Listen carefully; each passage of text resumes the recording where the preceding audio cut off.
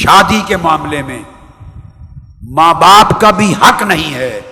کہ عاقل و بالغ بیٹی ہو اس کی مرضی کے خلاف اپنی مرضی سے جہاں چاہیں شادی کر دیں۔ یہ حق اللہ کے رسول نے ماں باپ کو بھی نہیں دیا۔ شادی بیٹی کی مرضی سے ہوگی، ماں باپ کریں، رشتہ چنیں،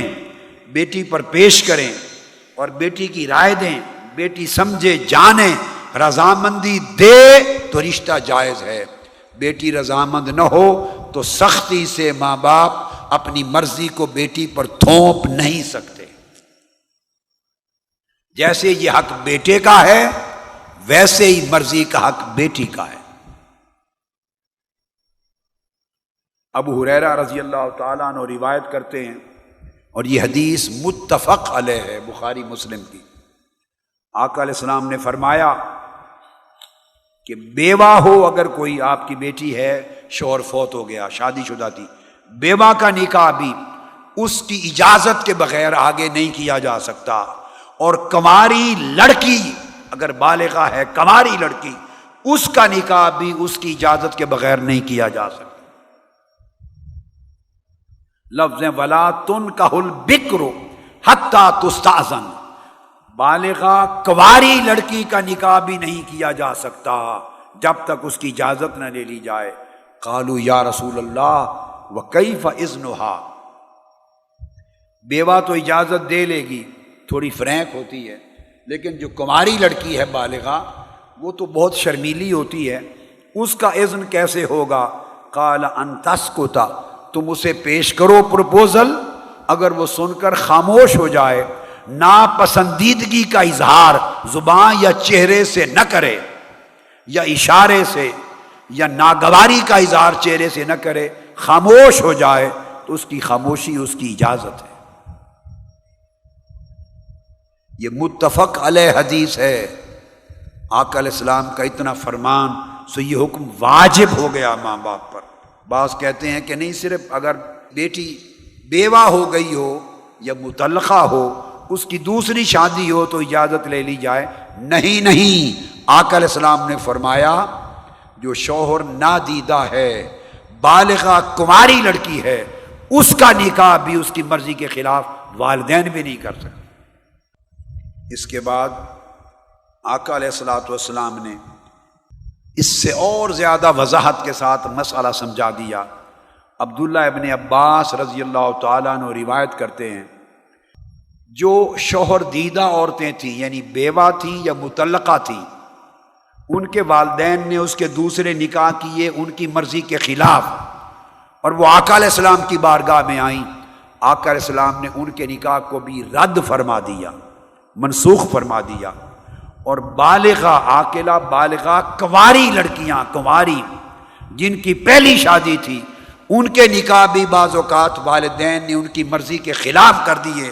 آقا علیہ السلام کی بارگاہ میں آئیں، ان کو ناپسند تھے، آقا نے ان کے نکاح کو بھی رد فرما دیا، منسوخ فرما دیا۔ فرمایا وَهُمَا كَارِهَتَانِ، وہ جو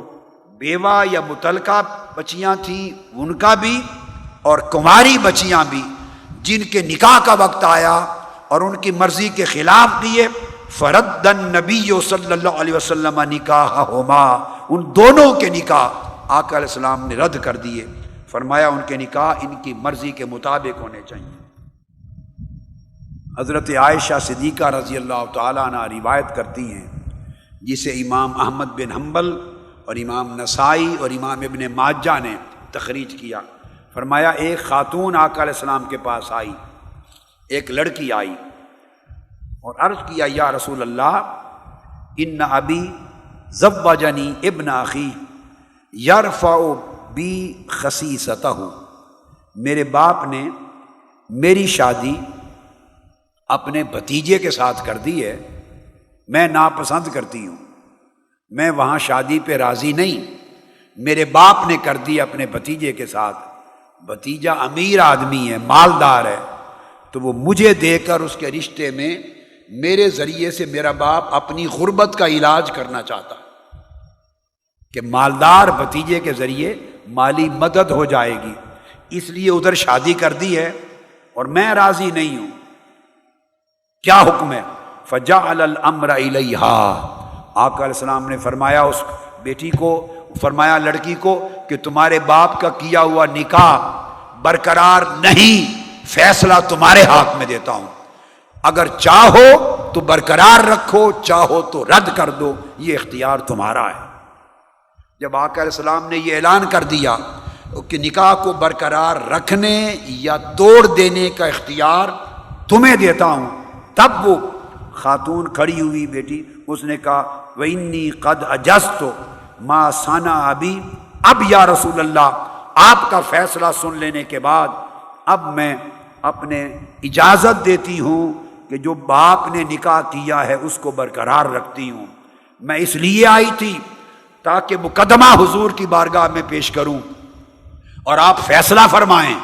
اور آپ کا فیصلہ پوری دنیا سن لے اور یہ جان لے۔ وَلَٰكِنْ أَرَدْتُ أَن تَعْلَمَ النِّسَاءُ أَن لَيْسَ لِلْآبَاءِ مِنَ الْأَمْرِ شَيْءٌ، میں عورتوں کو بتانا چاہتی تھی، عورتوں کو ان کے حقوق سے آگاہ کرنا چاہتی تھی کہ اگر ان کی مرضی کے خلاف ان کے والدین نکاح کر دیں تو یہ ان کا حق نہیں ہے، یہ حق بیٹیوں کا ہے، چاہیں تو برقرار رکھیں چاہیں تو رکھیں۔